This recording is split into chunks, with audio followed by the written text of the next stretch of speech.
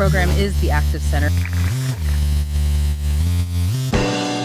Well, we're exploring this really insightful article by David Seep. Right, it's called the digital baton. Exactly.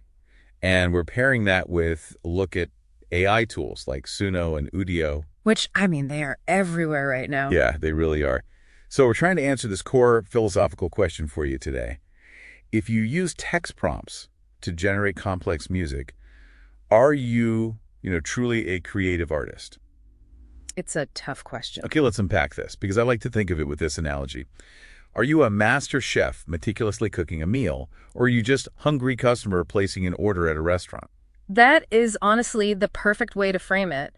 But to figure out if it's just, placing an order, we first need to understand how professional music is actually made today. Right, because it's not just for people jamming in a garage anymore. Definitely not. Proponents of AI point to what Sipe calls the producer paradigm. The producer paradigm. Okay. Yeah, they argue that prompters are essentially acting like legendary producers. Think Quincy Jones or Rick Rubin. Oh, sure. Guys who aren't necessarily playing the guitar or hitting the drums themselves on every single track. Exactly. They don't physically play every note, but they guide the aesthetic vision. They dictate the tempo and shape the final emotional resonance. Oh, wow. So prompters argue they're doing the exact same thing. Right. They see themselves as acting like a high-level director for a digital band. And there is like a ton of heavy curation involved on the prompter's end. Oh, massive amounts. It's not magic. Yeah, you don't just type one sentence and instantly get a Grammy-winning track. You have to generate hundreds of iterations to find the exact right stems. Meaning the isolated vocal tracks or individual bass lines. Right, exactly. And then you mix and chop those up in software like Ableton Live or Logic Pro. Which takes real skill. It does. But here's where it gets really interesting. Because historically, didn't critics make this exact same cheating argument about, well, basically everything new? Oh, 100%. Synthesizers, drum machines. Early hip-hop sampling. Yeah. People swore that pushing a button wasn't real music. They absolutely did. So how is generative AI any different from a synthesizer?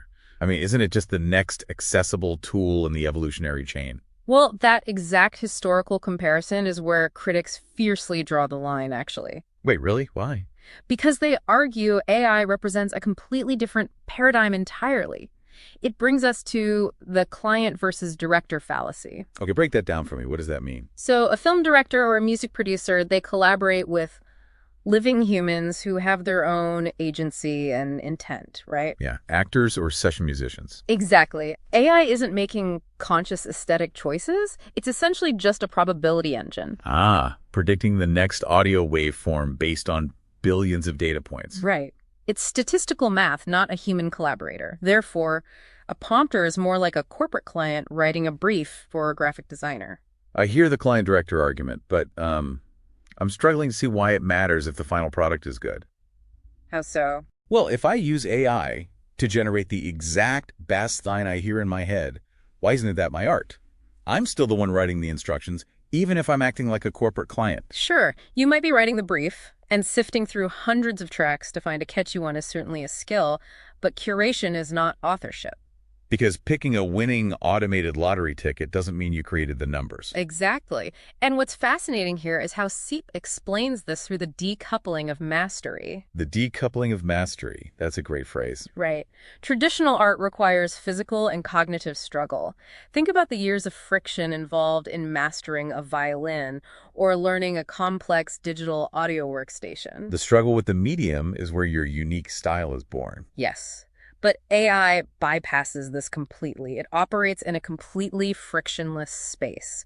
It's like the difference between navigating a ship through a violent storm versus teleporting to your destination. Teleportation is easy, but the art lives in how you navigate the storm. Precisely. Okay, that distinction changes things for me.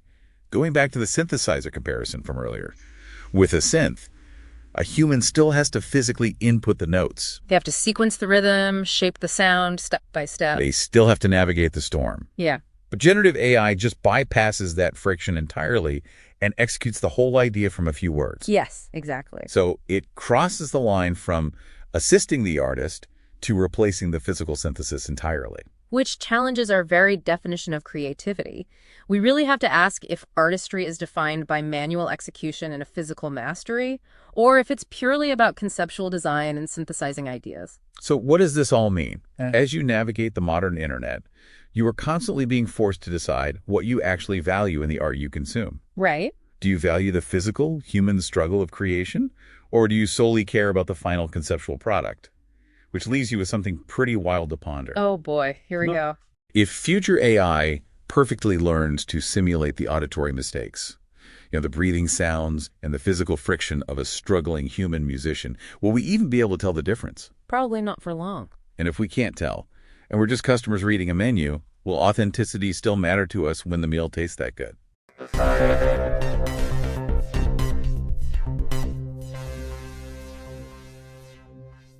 Hello, and thanks for listening. This is David Sepp and the Active Center team. For years, our mission has been to foster a community around engagement, health, and conversation. If you value what we do, please consider supporting us. We've started a GoFundMe to cover our production and operational costs, including those pesky social media fees. Your contribution, big or small, helps us keep going. Thank you.